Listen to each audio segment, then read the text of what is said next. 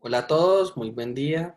Es un honor para mí estar en este Congreso de Residentes de Medicina Interna, el noveno Congreso de Residentes de la Universidad del Valle en Cali. Agradezco muchísimo la invitación a estas actividades de educación médica. Les envío un gran abrazo y espero esta charla sea de gran provecho. El objetivo de hoy es hablar sobre insuficiencia cardíaca aguda, un escenario y una patología bastante interesante y muy prevalente a nivel mundial. Mi nombre, como ustedes ven ahí en la diapositiva, es Osmar Pérez, soy cardiólogo de la Clínica Chayo en Bogotá y al final de la presentación espero sus preguntas y dudas con todo gusto. Estos son mis conflictos de interés y para empezar, pues miren ustedes que la insuficiencia cardíaca es una enfermedad que afecta a muchísimas personas en todo el globo terráqueo, en todo el mundo, en Latinoamérica, en Europa, en Asia, en donde lo queramos ver, con unas estadísticas bastante relevantes, porque la mortalidad es alta, más de 30% muere al año, se están rehospitalizando, están reingresando a urgencias. Si uno hospitaliza a un paciente por insuficiencia cardíaca, casi la mitad reingresa y la mortalidad hospitalaria es elevada, más del 12%. Al año puede haber más y más hospitalizaciones y cada vez que el paciente con insuficiencia cardíaca se hospitaliza, aumenta la mortalidad. Esto es una gráfica muy interesante del doctor Pascual Figal, donde nos habla de todas las etapas que podría vivir un paciente con insuficiencia cardíaca. Miren ustedes que un paciente podría estar en un periodo estable, empeoramientos que pueden que no lo lleven a hospitalización y unos verdaderos periodos que lo hacen inestable, que lo llevan a hospitalizarse y donde realmente se pueden complicar la situación del paciente y debemos apagar el incendio. Una vez se logra comenzar nuevamente el paciente, vuelve a la situación estable. Estamos como más o menos mirando cómo un paciente va abarcando estas diferentes etapas de la insuficiencia cardíaca. Y hablamos de periodos vulnerables porque precisamente la hospitalización y hasta 30 días después lo llamamos periodo vulnerable porque el riesgo de mortalidad es elevado. Se pueden mantener los pacientes en una etapa de meseta donde podrían estar en teoría estables y cada vez que se hospitalicen tienen riesgo nuevamente de mortalidad y de peores desenlaces si se siguen hospitalizando hasta llegar a etapas terminales. Por eso, en esta siguiente diapositiva vemos la historia que siempre vemos, la que queremos cambiar, la que podemos cambiar si hacemos una estrategia adecuada. Y es que como ustedes ven acá, un paciente con insuficiencia cardíaca está oscilando entre descompensaciones, nunca vuelve a la línea de base, cada vez que se descompensa un paciente con insuficiencia cardíaca, nunca vuelve a ser clase funcional 1, nunca vuelve a ser el mismo. Y si no frenamos este curso, este desafortunado curso, podemos llegar a una etapa refractaria, una etapa terminal, donde el paciente ya requiere terapias avanzadas, incluso trasplante, asistencia ventricular, manejo paliativo. Hay que evitar eso. Y además, durante este curso puede haber, además de hospitalizaciones y descompensaciones, mayor riesgo de muerte súbita, como ustedes ven. Hay que la cuadriterapia con mayor evidencia, constituida por el arnis, acovitrilo, valsartán, con los betabloqueadores con mayor evidencia en insuficiencia cardíaca, antagonistas del receptor de mineralocorticoides como espironolactona y eplerenone, e inhibidores del SGLT2 como dapagliflozina y empagliflozina, tienen gran evidencia en reducir esas hospitalizaciones, reducir la mortalidad, incluso la muerte súbita, prevenir las descompensaciones y por supuesto, si hacemos una terapia temprana, evitamos que ese paciente llegue a una etapa avanzada. Entonces, el primer mensaje clave de esta presentación es, hay que reducir las hospitalizaciones porque es la estrategia más exitosa en insuficiencia cardíaca con la evidencia científica que tenemos el día de hoy. ¿Cómo hacemos el enfoque del paciente una vez se hospitaliza? Una vez requiere un ingreso a hospitalización, hay que hacer una historia clínica adecuada donde miramos todos estos desencadenantes, una hipertensión no controlada, un síndrome coronario, arritmias, infecciones, incumplimiento del tratamiento, transgresión de la dieta y aumento del consumo de líquidos. Y pues el día de hoy, en esta pandemia que nos lleva más de un año, pues diferentes etiologías, incluso miocarditis por COVID-19 o el mismo COVID-19. Hay que evaluar siempre esos desencadenantes. Como segundo punto, medir péptidos natriuréticos, ya veremos en qué ítems y se pueden utilizar incluso otros biomarcadores y cada vez más. cobra gran importancia el uso del ultrasonido pulmonar y cardíaco, tanto en situaciones de urgencias como en situaciones de hospitalización y cuidados coronarios o cuidados intensivos. Si nos vamos a los propéptidos, a los péptidos natriuréticos, cogen gran relevancia. Este es un update de las guías americanas del 2017. Y miren ustedes que ellos ya nos hablaban de la utilidad del NT-proBNP en esas situaciones de episodios agudos con una recomendación y un nivel de evidencia 1, en donde está en verde, o sea, lo mayor recomendado para definir pronóstico y para poder guiar incluso el manejo farmacológico. Y antes del alta de un paciente que se hospitaliza por insuficiencia cardíaca, pues con una recomendación no tan fuerte, también nos pueden ayudar los péptidos natriuréticos. Entonces es importante que nos identifiquemos con ellos. Ya incluso este año, hace unos pocos días, en 2021, se publica la nueva actualización de definición universal de insuficiencia cardíaca y los péptidos natriuréticos acompañados de la clínica están allí para poder definir insuficiencia cardíaca. Si hablamos en el escenario agudo en urgencias, miramos diferentes puntos de corte. Un NT-proBNP por encima de 300 se considera positivo, pero dependiendo de la edad tiene una significancia. Si es un paciente menor de 50 años, debe ser más de 450, entre 50 y 75 mayor a 900 y mayores de 75 años mayor a 1800. ¿Y qué punto de corte nos puede ayudar para mejorar el pronóstico?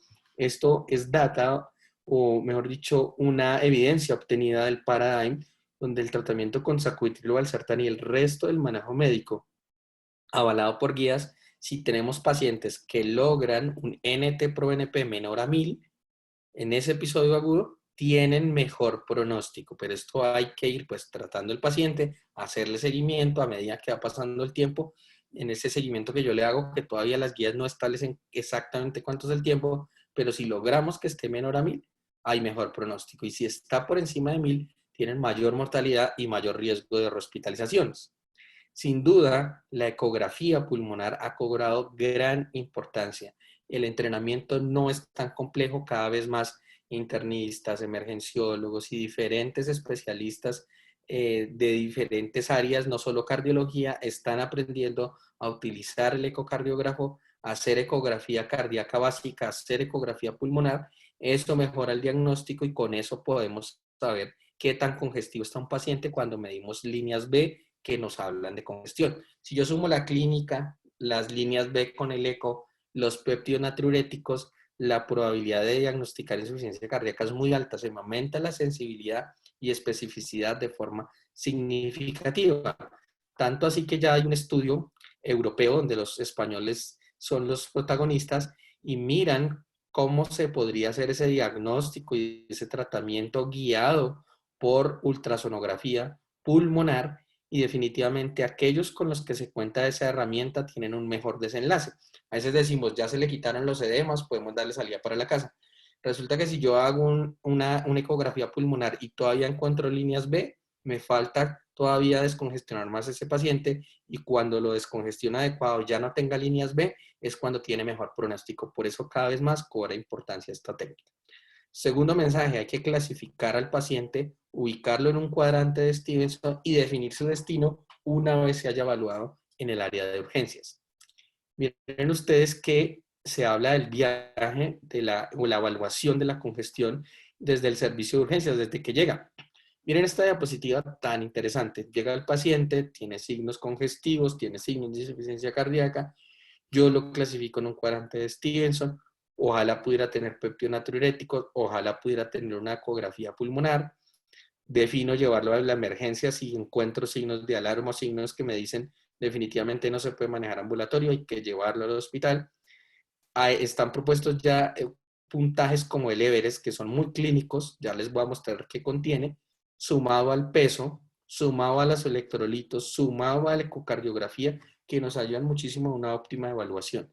Una vez decido hospitalizarlo, mi meta es mejorar esos puntajes clínicos, reducir peso, lograr estabilizar los electrolitos y lograr estabilizar clínicamente y descongestionar. De tal manera que cuando yo vaya a planear el alta, ya diga, mire, mejoró la parte clínica, tiene unos péptidos mejores, tiene una ecografía pulmonar mejor y planeo el tratamiento de insuficiencia cardíaca. Para esta publicación del JAC, en 2018 proponían el score Everest. Miren ustedes que hablan de ortopnea, ingurgitación yugular, edemas, estertores. Todo es muy clínico porque la insuficiencia cardíaca no se ha perdido absolutamente para nada en la clínica y es una herramienta fundamental. Y yo debo ver que mejoren estos ítems que son clínicos y que son los que nos permiten saber si el paciente va en una mejoría adecuada. Siempre clasificar por cuadrantes de Stevenson son muy fáciles. Antes se usaban los de Forrester, eran invasivos y usaban catéter de Swan-Ganz, pero la doctora Lynn Warner Stevenson logró extrapolarlos de una forma clínica y podemos tener más básicamente dos grupos de síntomas. Los congestivos, que están dados por ortopnea, disnea paroxística nocturna, ingurgitación yugular, ascitis, edema, estertores, y signos de hipoperfusión donde tenemos hipotensión, somnolencia, sodio bajo, un lactato elevado, disfunción renal, extremidades frías y obviamente siempre hablamos de hipotensión, pero no es estrictamente necesaria ni insuficiencia cardíaca para decir que un paciente tiene una baja perfusión. Un cuadrante A sería un paciente que no tiene ni congestión ni tiene hipoperfusión. El B es el más común. Son pacientes congestivos, pero que no están hipoperfundidos. El C es el cuadrante que está más severo porque está congestivo y tiene hipoperfusión. Y el L o low profile, paciente que está que tiene una inadecuada perfusión, pero no está congestivo. Es un paciente que generalmente pues, es un paciente seco y que hay que optimizar la volemia, como ya veremos. Miren ustedes, las guías europeas, hay muchísimas guías, ustedes pueden encontrar muchísimas publicaciones, pero esta me parece una de las más claras, porque de entrada nos dicen, bueno, ¿en qué estamos? ¿En un escenario de choque? Es decir, el paciente está severamente hipotenso, severamente hipoperfundido, necesita ya soporte circulatorio, váyase a las guías de choque. Y si no es así, sigamos acá en guías de insuficiencia cardíaca y manejamos. ¿Cómo está la parte respiratoria? Entró en falla respiratoria, iniciemos un soporte respiratorio. Si es insuficiencia cardíaca, mirar radiografía de tórax, compromiso por edema intersticial o alveolar, acompañado de hipoxemia, de saturación de oxígeno. ¿Con qué lo vamos a soportar? Pues las diferentes guías nos hablan y estudios como los de Josep Masip, que utilicemos estrategia de ventilación mecánica no invasiva en escenarios de insuficiencia cardíaca que no es tan inestable. Si el paciente progresa a choque o inestabilidad, es mejor hacer una terapia invasiva. Pero si no estamos en ese escenario de choque, y esa es la mayoría de pacientes que tienen insuficiencia cardíaca con edema pulmonar, con falla respiratoria hipoxémica, pero estables, miren lo que pasa. Cuando se usa la estrategia no invasiva, hay una mayor supervivencia en esos pacientes. Es decir, el paciente con insuficiencia cardíaca no hay que correr a intubarlo, sino darle el chance con ventilación mecánica no invasiva. Miren esta mnemotecnia, incluso está en las guías, el último consenso colombiano de insuficiencia cardíaca toma esto que dicen los europeos, que utilicemos la mnemotecnia CHAMP.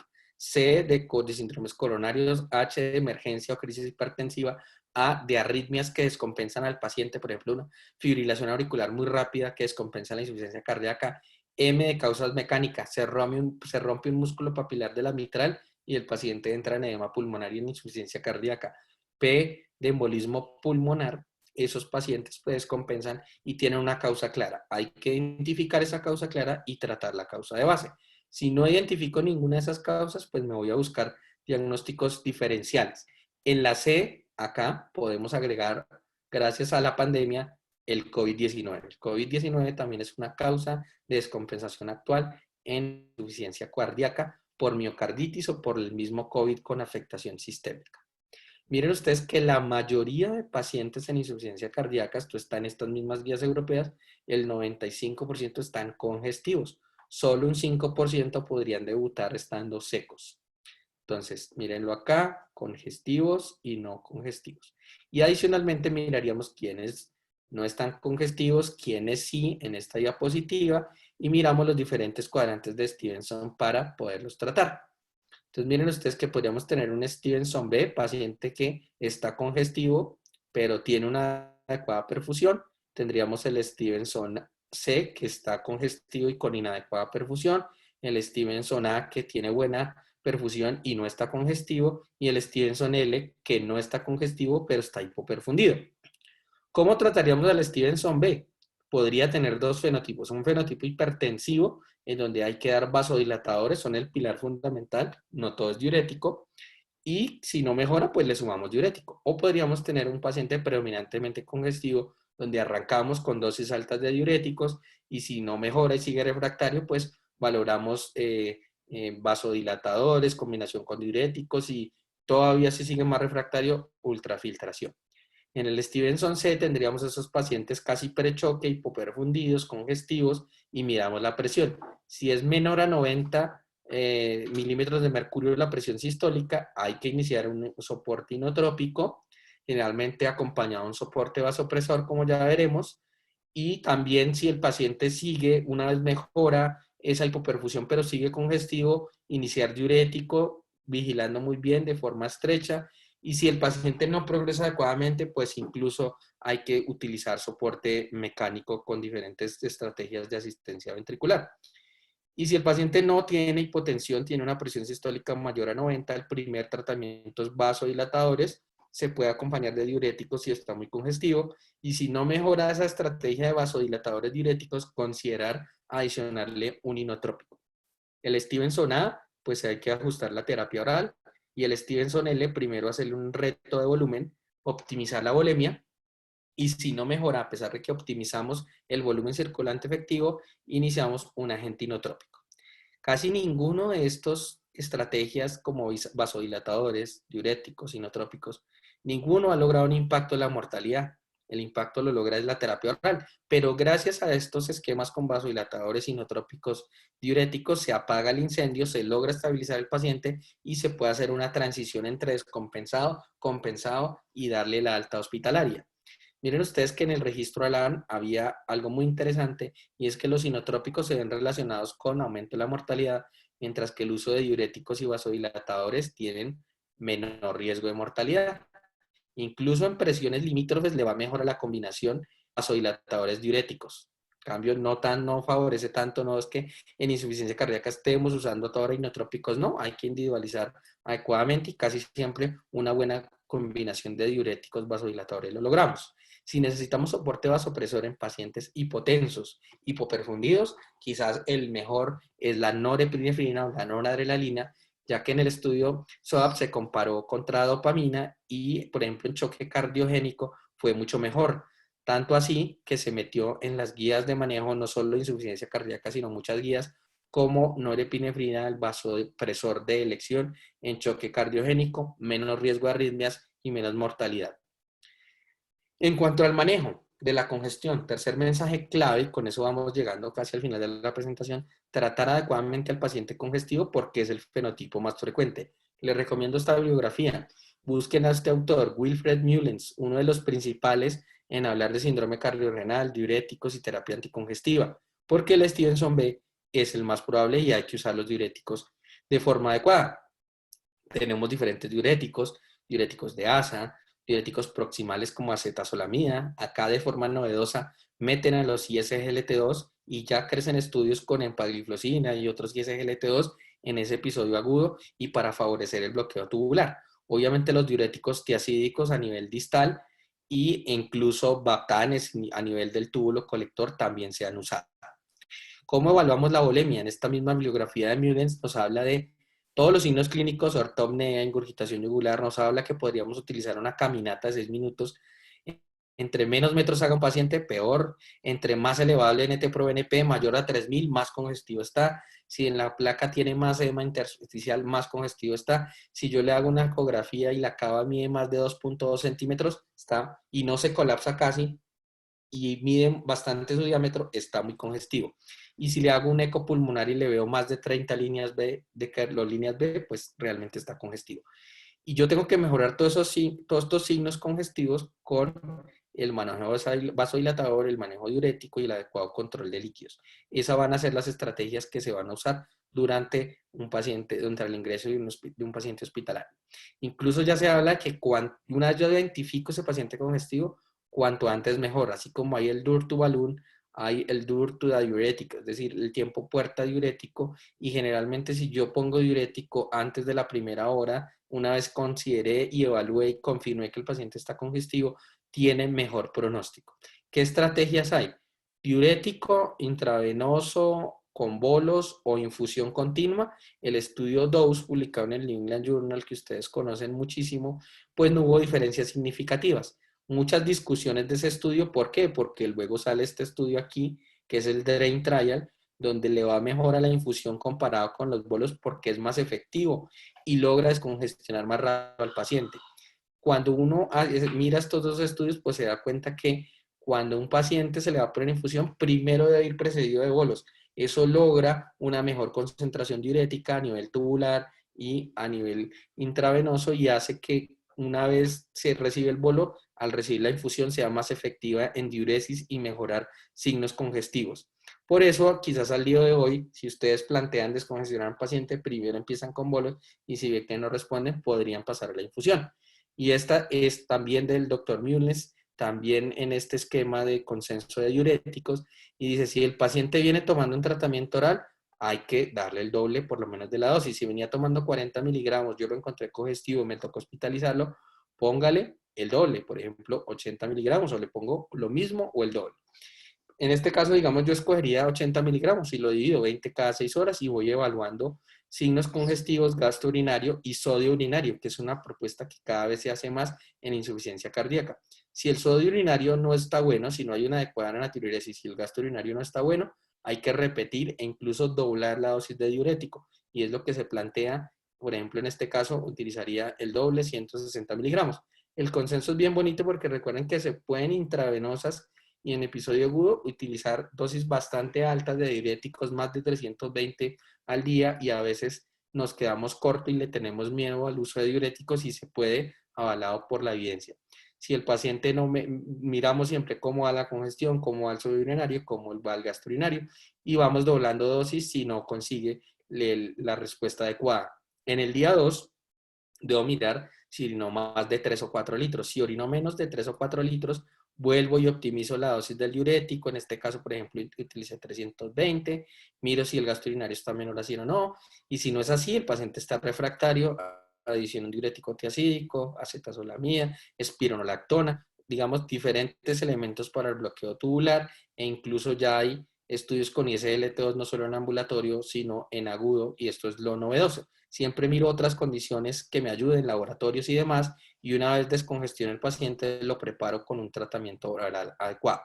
De los inotrópicos tienen una maldición, es que generalmente han aumentado la mortalidad en los estudios, pasó con dobutamina, milrinone también, incluso los isquémicos empeoraron la mortalidad en el estudio Optime, y levosimendan en el lido parecía disminuir la mortalidad, pero no fue así en el estudio más grande como el Survive. Solo aquellos que tenían beta bloqueadores tuvieron mejores desenlaces y por eso vemos que pacientes con insuficiencia cardíaca en Stevenson C que vengan recibiendo beta bloqueadores quizás es el mejor perfil para levosimendan. La mayoría de estas terapias intrahospitalarias no lograron puntos duros y por eso digamos que hoy en día la insuficiencia cardíaca es alivie síntomas y empiece el tratamiento oral, que las guías sí lo avalan, ojalá desde la hospitalización, que es donde tiene mejor impacto. Ya sabemos que tenemos todo este arsenal grande, recientemente a los betabloqueadores, antagonistas de mineralocorticoides, de receptor mineralocorticoides, y tenemos a sacubitril valsartán con reducción de la mortalidad y las hospitalizaciones, y los ISGLT2 con el estudio DAPA, HF y Emperor HIF. Miren ustedes que en esta publicación se propone que la hospitalización sea el momento de iniciar estas terapias, porque por ejemplo con beta bloqueadores si se suspenden o no se inician, se aumenta la mortalidad. Lo mismo pasa con los IECAS. Y tenemos estudios como el Pioneer con sacubitril o valsartán en ese episodio agudo en paciente que ya no tiene inotrópico ni vasodilatador a altas dosis, y en esos pacientes mejora el pronóstico, mejora el NT-proBNP de forma significativa, y cuando miramos el desenlace compuesto de requerir incluso trasplante, asistencia ventricular y mayor mortalidad, el sacubitril valsartán gana por goleada desde la hospitalización con pacientes que incluso no habían recibido IECA. Y sotagliflozina más reciente, hace 2 meses, un poco más de 2 meses fue publicado este estudio en New England Journal, fue presentado en el AJA, sotagliflozina, bloqueador y inhibidor SGLT1 y 2, iniciado en pacientes diabéticos con insuficiencia cardíaca aguda, mejora todos los desenlaces combinados un 33%, y lo novedoso fue que así fuera FEBI preservada o reducida. Las guías cambiaron, con esto terminamos, porque sacubitril/valsartán se posicionó en las guías europeas en pacientes hospitalizados y no se necesita poner primero el IECA, pero el paciente puede estar hospitalizado, pero ya en una situación estable sin inotrópicos, promover el switch más temprano y vienen en camino estudios con ISLT2, así con empagliflozina y con otras moléculas como en el EMPULSE en pacientes claramente agudos. ¿Cuál es la estrategia y lo que queremos al final, nuestro objetivo? Utilizar esta cuadriterapia ARNI, betabloqueadores, antagonistas del receptor de melanocorticoides e ISGLT2 basándonos en este metaanálisis, porque con esta cuadriterapia, cuando si cogemos el peso de toda la evidencia, se logra 8 años libres de mortalidad y hospitalizaciones y 6 años más de supervivencia. Y si esto lo planeamos desde la hospitalización, que es el periodo más vulnerable, logramos prevención de las descompensaciones, logramos los objetivos a largo plazo. Por tanto, y como conclusiones, esto es lo más importante que se debe hacer. No se debe perder nunca de vista la clínica, se debe promover el uso de herramientas diagnósticas siempre en la clínica, escalas como el Everest, escalas clínicas, ecografía pulmonar y cardíaca, y clasificar adecuadamente el paciente en un cuadrante de Stevenson para poder utilizar adecuadamente diuréticos, vasodilatadores y si se necesitan los inotrópicos también. Compenso al paciente, apago el incendio para que luego reciba esa cuadriterapia que vimos aquí en esta diapositiva anterior, que es lo que mejora el pronóstico a largo plazo. Siempre, siempre a la cabecera del paciente para escucharlo, para escoltarlo, para titular los diuréticos, para titular el manejo de insuficiencia cardíaca a largo plazo. Y la invitación, por tanto, es a instaurar estos mejores tratamientos para impactar en la supervivencia y el pronóstico de nuestros pacientes. Muchas gracias para todos y espero atentamente sus preguntas.